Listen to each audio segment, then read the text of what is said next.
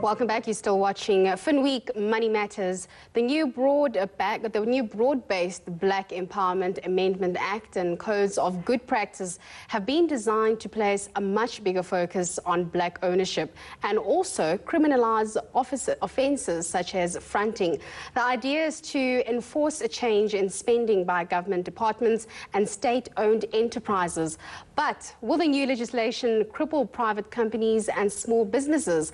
Well, here to debate the pros and cons of the act is Teddy Blatcher. He's the founder of Imvula, Jenni Lawrence, MD of Grant Thornton Verification Services, Keith Levenstein, CEO of B-BBEE, and AJ Lalu, MD of Black Line Consulting. I'm going to start with you, Teddy. Black economic empowerment, these new amendments that we are going to be seeing in place, are they going to be crippling businesses?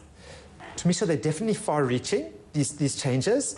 If BEE is done right, companies can actually really benefit their own company and be quite strategic about what they do. If they just look at it as another checkbox exercise to just get a scorecard to be in the game to do business, we think companies are losing a huge opportunity. Jenni, perhaps let's pick up on that. Companies may be losing out on a big opportunity here, but exactly what are the changes that they are forecasting to have in place, and how are they going to be impacting these businesses, and most importantly, just a box-ticking exercise? I don't think there's any question of it being a box-ticking exercise anymore. I think the biggest concern is from Grant Thornton. We're concerned that the codes have gone from a broad-based focus to a narrow-based focus. So that means that shareholders are getting benefit, and sometimes the broader base is not getting so much focus anymore. Keith? Yes, maybe we should just point out that the recent codes that were launched for the QSE enterprises, that's the smaller businesses with turnover of less than 50 million rand. We've had the generic scorecard for a while now already.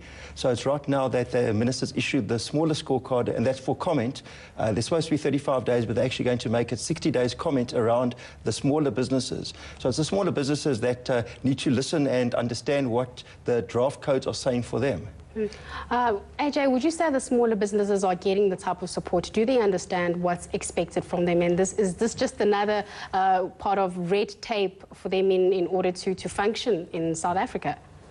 To me, I definitely don't think so. I think that if you look at the way the codes have been structured, I think there's significant emphasis being placed on procurement, supply development and enterprise development. I think the objectives of these codes are really to create productive assets in black hands. I think for far too long, we've seen black people being 25.1% passive shareholders in other people's businesses. I think what we need to see is real black entrepreneurs, black industrialists, and I think these codes are really aimed at addressing those objectives of government. Are they doing what they're supposed to do? I think by and large, we have seen many more people coming into the middle class in South Africa, which is very good, particularly black people. So the middle class has gone up to probably 4.8 million black people now. So some good is happening, but if you were to imagine that maybe R1 trillion has now been spent on BE and BE deals over the last, I don't know, 10 years or so, certainly I don't think we've seen it getting into a broad enough base of people's hands, and we still have a huge dichotomy between rich and poor.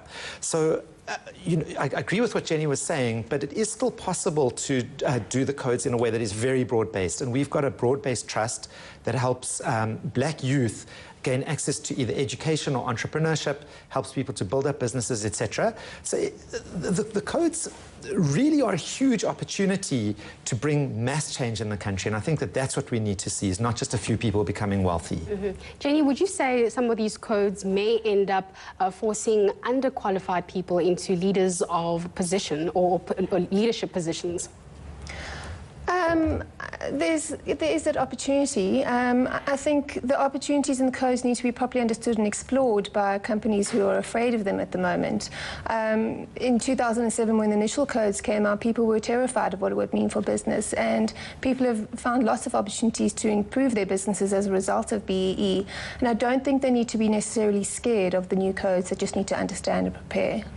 Keith, are there any, perhaps give us some good stories to this? We've heard of fronting, we've heard of putting people in positions that they shouldn't be. There must be some good stories. There's some wonderful stories. The fact that we've seen so many black people starting up businesses, advancing in companies, not because they are puppets or any other reason than they deserve to be there. And let's remember that we've got 55 million people in this country. Roughly speaking, 10% are white, about 90% are black, very roughly speaking. So to ask for 25% black ownership is also asking for 75% white ownership. Which still puts a lot of benefits and preference in white hands. But at the same time, we do have to realize that small businesses do have these challenges. And as much as they need to do something, B is voluntary. You don't have to do it. You do it because either you want to do it, like we do, or because your customer asks you to do so. So part of the policy should be motivating companies to do something rather than demotivating. And the original B codes were fantastic. I love them.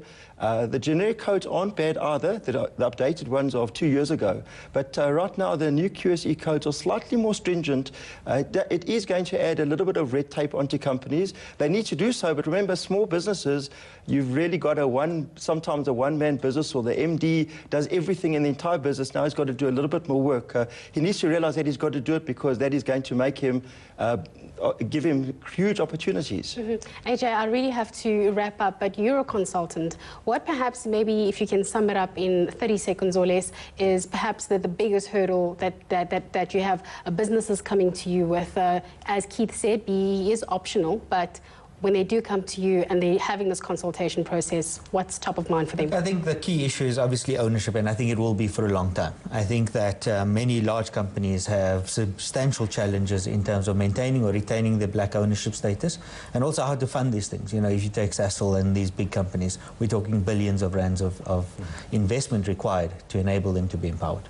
Well, this is definitely a big discussion. Aren't able to do it that much justice in the time that we have here, but definitely worth revisiting. That's all from this week's edition of Fin Week Money Matters. We'll see you again at the same time next week. Have a good weekend.